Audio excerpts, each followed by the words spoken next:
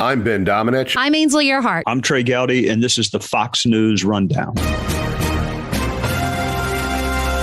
Wednesday, October 12th, 2022. Elisa Brady. A campaign issue hits home with a shooting outside a candidate's home. One of the main reasons why I got into this race was because I feel like much more needs to be done to take back our streets. I'm Dave Anthony. Russia's leader is increasingly targeting civilians in Ukraine. He cannot defeat the will of the Ukrainian people. And think that they're still trying it after 8 months just gives you a sense of how pitiful their ability to make assessments are and how poorly their intelligence system truly is. And I'm Tommy Lahren. I've got the final word on the Fox News Rundown. The sprint to Election Day begins, but the gloves were already off in the New York governor's race. And on the day our capital was attacked, a day that led to the deaths of 5 brave police officers, Zeldin still voted to overturn the election. That ad trying to link Republican Congressman Lee Zeldin to President Trump and calling him extreme and dangerous on issues including abortion, while ads supporting Zeldin accused the Democratic incumbent of being corrupt, also calling out her time as lieutenant governor before Governor Andrew Cuomo resigned. We all know the Cuomo scandals, and right there with Cuomo was Kathy Hochul, the silent accomplice. New York is considered a deep blue state, and the latest Fox News power rankings put the governor's race in the solid D category. Good news for Hochul.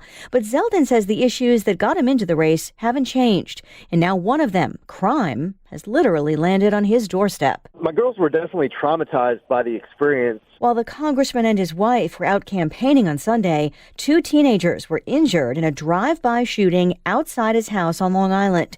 His twin 16-year-old daughters were home at the time. On top of hearing the gunshots, hearing the screaming, they thought that these individuals who were near our front door were targeting them, were trying to get inside of the house. So they ran upstairs, they locked themselves in the bathroom, they called 911, and they had no idea what was going on outside of that bathroom door. So for them, at 16 years old, just sitting there on a Sunday afternoon doing their homework, and then all of this suddenly out of nowhere starts happening, it was a pretty traumatic experience for them. They responded very swiftly, very smartly. They instantly were upstairs, locked in the bathroom, calling 911. They were with me yesterday at the Columbus Day Parade in Manhattan, and they're next to me while I was answering some questions from some of the media that was there, and then one of the questions got directed at one of them. And this was the first time that they were doing an interview like this with media. And they just showed tremendous poise. They were articulate. It's very scary, and we didn't know if they were coming after us. They were genuine in explaining what they had experienced, what their emotions were, what they saw, what they felt. They've just been very strong, and I'm very grateful for my wife, and our family is very happy that this didn't come out any worse than it did. But, coming home with crime scene tape around my own house, being told to be careful where I'm walking towards my front door because they want to make sure that I'm not stepping on blood was a scene that when I left the house that morning, I absolutely was not expecting to be returning home to. Had you been planning already to bring your daughters to the parade with you? As far as my schedule goes, oftentimes as far as my wife and daughters, a decision that they might make the night before or the morning of, depending on what kind of work they have, how they're feeling. So just like many other events, that was something for them to decide the night before or the morning of whether or not they would come with me. The night before, this is Sunday night, after the shooting, they wanted to stay in our bedroom. So the 4 of us stayed in the bedroom with my wife and I. And the next morning, we decided that we would have the girls join us. And that's something that they absolutely wanted to. The police have said this shooting wasn't targeting your family, but it is the second violent incident during your run for governor after a man tried to stab you during a campaign speech. Fighting crime has been one of your themes in this election. Do these incidents help make that case? What do you hear on the campaign trail? Well, as I travel around the state, I hear from a lot of New Yorkers who are greatly concerned about rising crime. They want to see more support of men and women in law enforcement. They want some of these pro-criminal laws like cashless bail to be rolled back. They want to see district attorneys actually doing their job. There's a lot of support out there as it's being discussed, the option to remove the Manhattan District Attorney, Alvin Bragg, the constitutional authority that's given to a governor here in New York where we don't have recall elections. So one of the main reasons why I got into this race was because I feel like much more needs to be done to take back our streets. And whether it's cashless bail that needs to be overhauled to give judges discretion to weigh dangerousness, or repealing the HALT Act because our corrections officers are being assaulted more.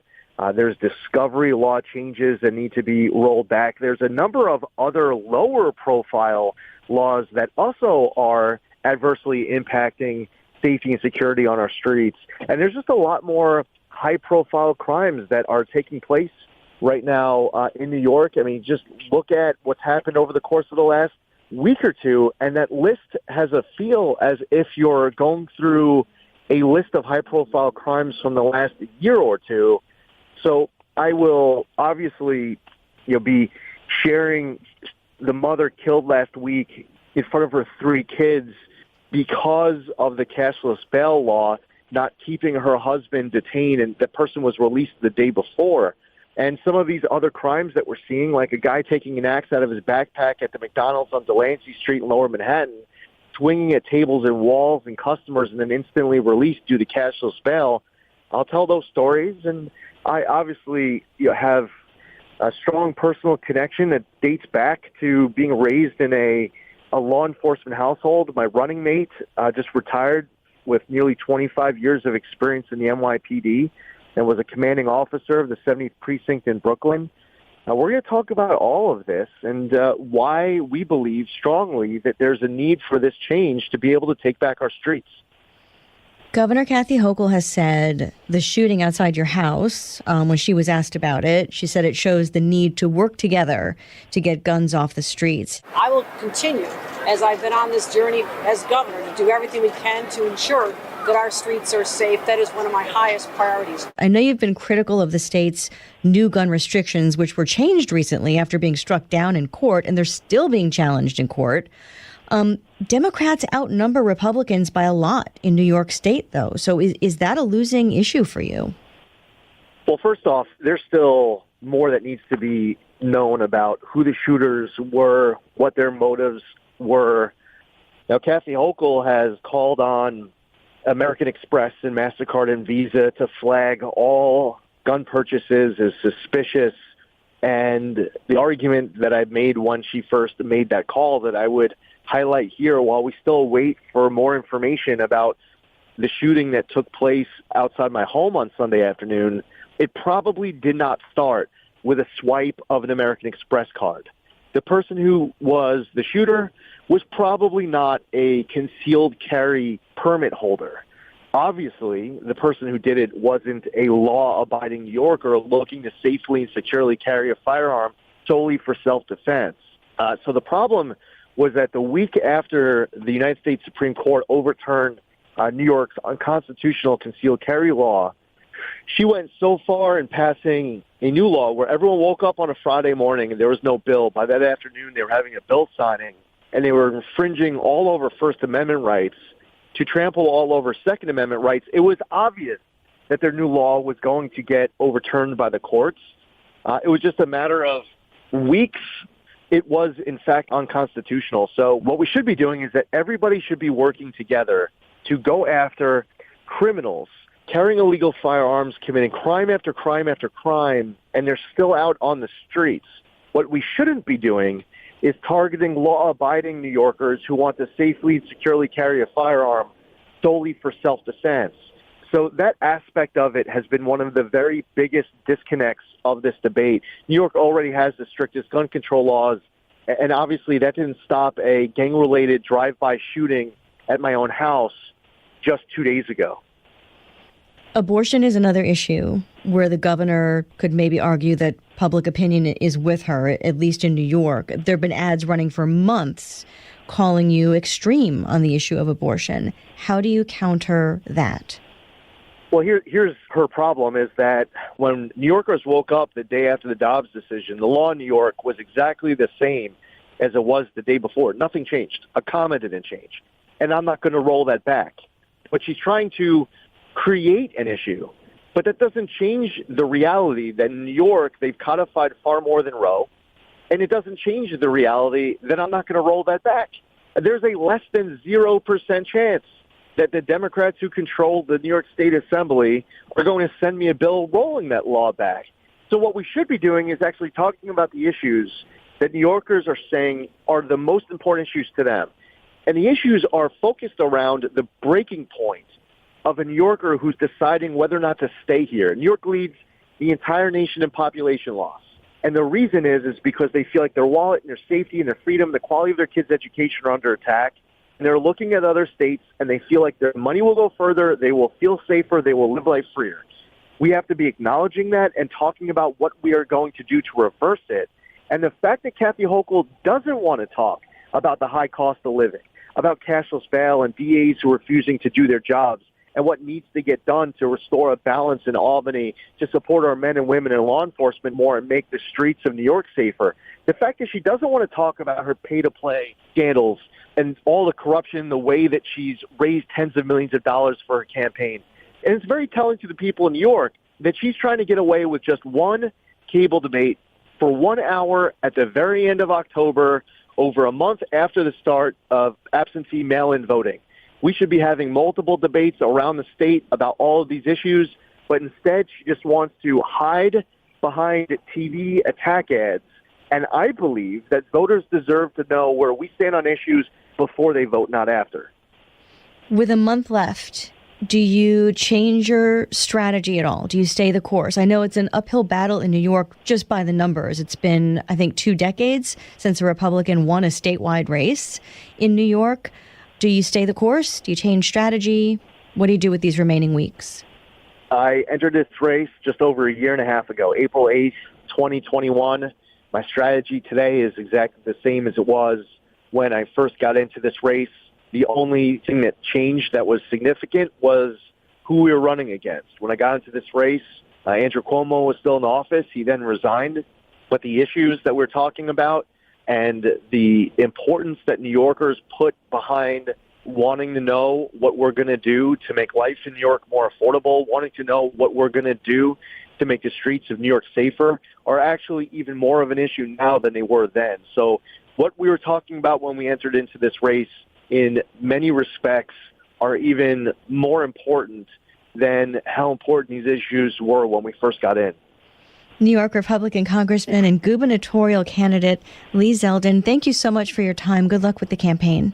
Thank you so much. Great to be with you.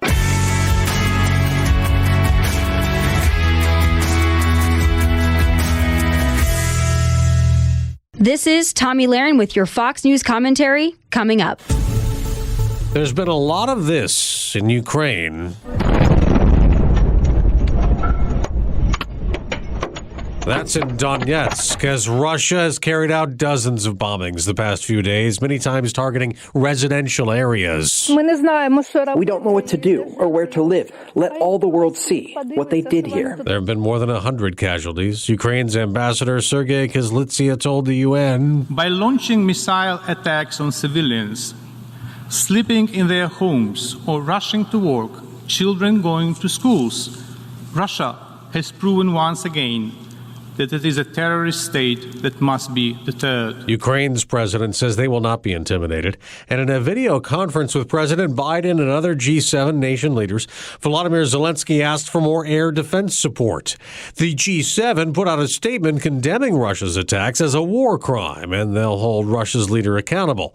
Vladimir Putin calls the attacks retaliation for the bombing of a bridge to Crimea over the weekend. If attempts to carry out acts of terrorism on our territory continue, Russia's response will be harsh and its scale will correspond to that of the threat made against the Russian Federation. What Putin is doing, not a surprise to Fox News senior strategic analyst. 8 months, Putin and his generals have been trying to defeat the Ukraine army, and they have failed miserably at it. General Jack Keane is a retired four-star general, former vice chief of staff of the U.S. Army, and chairman of the Institute for the Study of War. Now they're resorting to defeat the Ukrainian people, to focus on the civilian population, and also to focus on the energy sector to try to bring the electric grid down and also interrupt the gas supply so that the Ukrainian people, as winter approaches and it starts to embed itself in their society, that they suffer quite a bit. This is all an attempt by Putin to break the will of the Ukrainian people, something he has always adopted as an objective for his military force, to break their will and force Zelensky to surrender as a result of that. General, you talked about doing this before winter. The invasion started during the last winter. Why would it have taken this long to go after these particular energy sectors, gas lines? Wouldn't you have assumed they would start with that right away back then? Yeah, well, then they were also attempting to defeat a deployed Ukrainian military. So the focus was clearly on that. A very distant secondary effort was to deal with the grid and the population itself. After all, they thought that once they introduced their artillery into the Donbass region and they had some success with it, they actually believed that they were going to be able to roll up the rest of the South and be able to fulfill their occupation. But what happened to them is they took so many casualties. He knows that the forces he has deployed in Ukraine are insufficient to be able to dominate and take control of Ukraine, its military and its territory. And that is why he's gone to a mobilization. He actually wants to double the amount of forces in Ukraine. It's around 200,000. And remember, he's had 25,000 killed, 65,000 wounded during these 8 months. And that's why he's trying to get these replacements in as quickly as he can. But when we analyze it at the Institute for the Study of War, while numbers will always help, and you can't be dismissive of the fact that if you double the amount of forces, there's going to be some benefit to that. But in terms of effectiveness as a military organization, we don't see it as being decisive. And Russia will have the same problems going forward with the Ukraine military that they're having now. Yeah, and you talked about mobilization. If he brings all these people into service, some have no training whatsoever, or they had fought years ago. Many of them don't want to go. There have been people who've left the country, fled, don't want to be, and there have been protests. I mean, this hasn't helped the Russian leader in his own country. He seems less popular. Am I wrong or right? The Russian people obviously know now things are not going well in Ukraine. They may not know all the details that we do because they don't get a daily narrative of it. But they know things aren't going well, and that's why this mobilization is taking place. But to go to Ukraine, a country that they actually have a relationship with, the people that they actually like, and they go there to vacation at times, to get away from Russia, to go to Odessa or to Crimea. And now to have the young people in Russia go to Ukraine to risk their life, to kill Ukrainians, there is no stomach for that. You're absolutely right. So this force is going to show up with no commitment to deal with this. Remember, in the very beginning, the Russian military was very deceptive with their units about why they were mobilizing. They were told they were being mobilized for training purposes. Many of them did not know they were going to war, and it's not surprising the pitiful results that came as a result of that. Now, there was a New York Times story that talked about how hardliners in Russia, they applaud what Vladimir Putin has done the last couple of days, the strategy of going after residential areas. One of them was quoted as saying that we need to scare Ukrainians into submission, and really, in order to do that, you have to be really, really violent. Can Vladimir Putin do what he thinks he can do, scaring them? No. He cannot defeat the will of the Ukrainian people. And to think that they're still trying it after 8 months just gives you a sense of how pitiful their ability to make assessments are and how poorly their intelligence system Truly is. After all this time, if they don't understand the will of the Ukrainian people, they are fundamentally missing the basic point here. I spoke to the Ukrainian ambassador to the United States on Friday with her defense attaché. I just wanted to know, what they really wanted so I could help them publicly. We got to talking about nuclear weapons and the potential and the rest of it. I think that potential is relatively low, by the way. But the ambassador spoke up and said, even if a nuclear weapon was used in Ukraine, she said, we're not going to quit. We are going to continue to fight despite the casualties. We will not give up our land to the Russians. We will fight them to the end. Yeah, and Ukraine, that counteroffensive continues.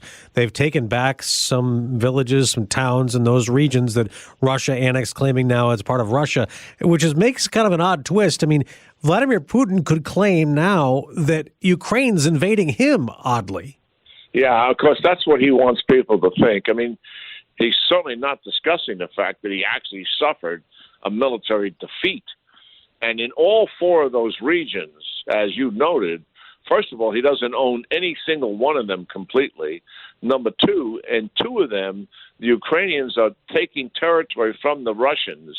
And I can tell you for a fact, and it's well documented, that they're planning to conduct operations in the third in Zaporizhia, where the famous nuclear plant is, and drive that operation all the way to the city of Mariupol, which they lost a few months ago.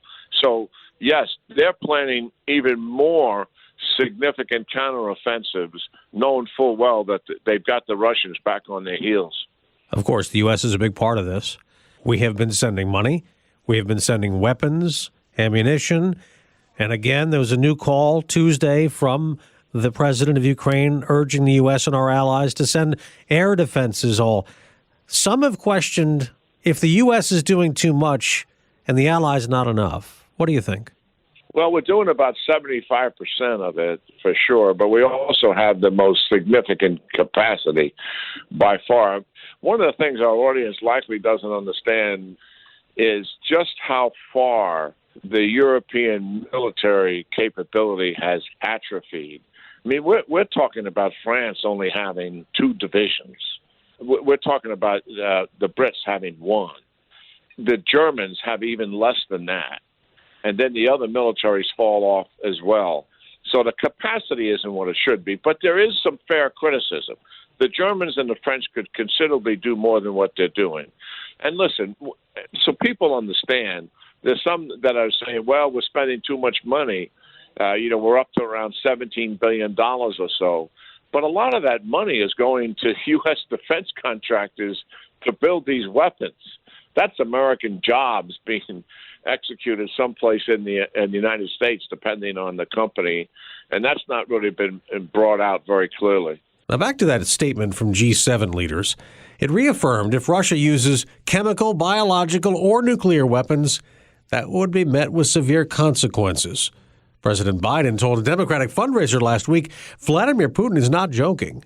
And we're at the closest point now to nuclear Armageddon since the 1962 Soviet Union-Cuban Missile Crisis. General Keane's reaction? He's prone to exaggeration, and he has a tendency at times to dramatize things. I think he's at a fundraiser, and he wants their empathy and their support.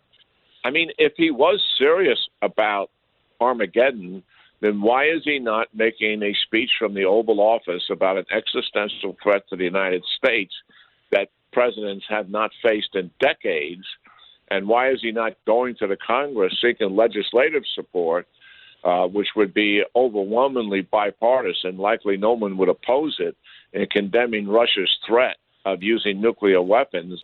On the surface of it, doesn't make any sense, but you have to take it seriously. And I think the administration, I'll give them at face value, they have indicated they have talked to the Russian leaders and told them there would be catastrophic consequences, and they have spelled out what they are. And I'll take that as what they have done.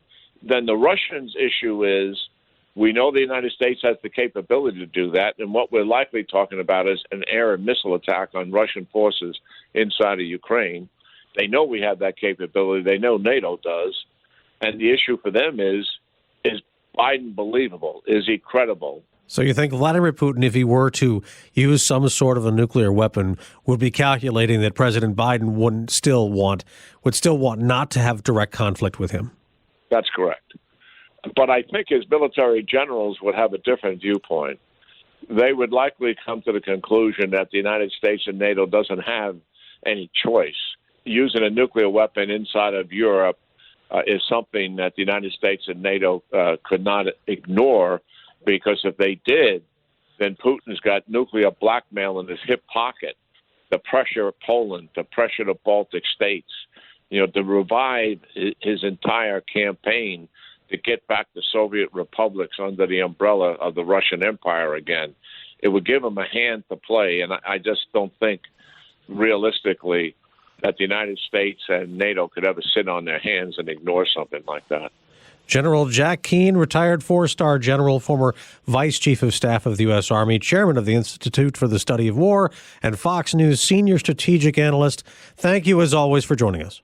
Yeah, I'm delighted to be with you and your audience. Appreciate it.